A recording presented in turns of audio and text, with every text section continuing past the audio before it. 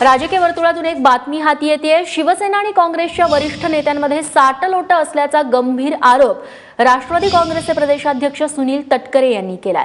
काँग्रेस राष्ट्रवादीला भाजपची बी टीम म्हणते, मग काँग्रेस स्वतः काय सी टीम आहे का, असा सवाल देखील तटकरे यांनी विचारलेला आहे। सोबतच रायगडात अनंत गीतेंची काँग्रेससोबत आघाडी असल्याचं देखील त्यांनी म्हटलेलं आहे। राष्ट्रवादी काँग्रेसचे प्रदेशाध्यक्ष सुनील तटकरे यांनी हे गंभीर आरोप केले।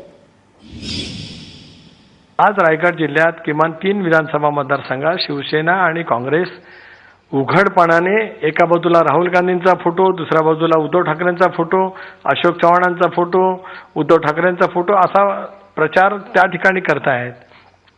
तिथे काँग्रेसने त्याने ईबी फॉर्म दिलेत, कुठे कारवाई नाही।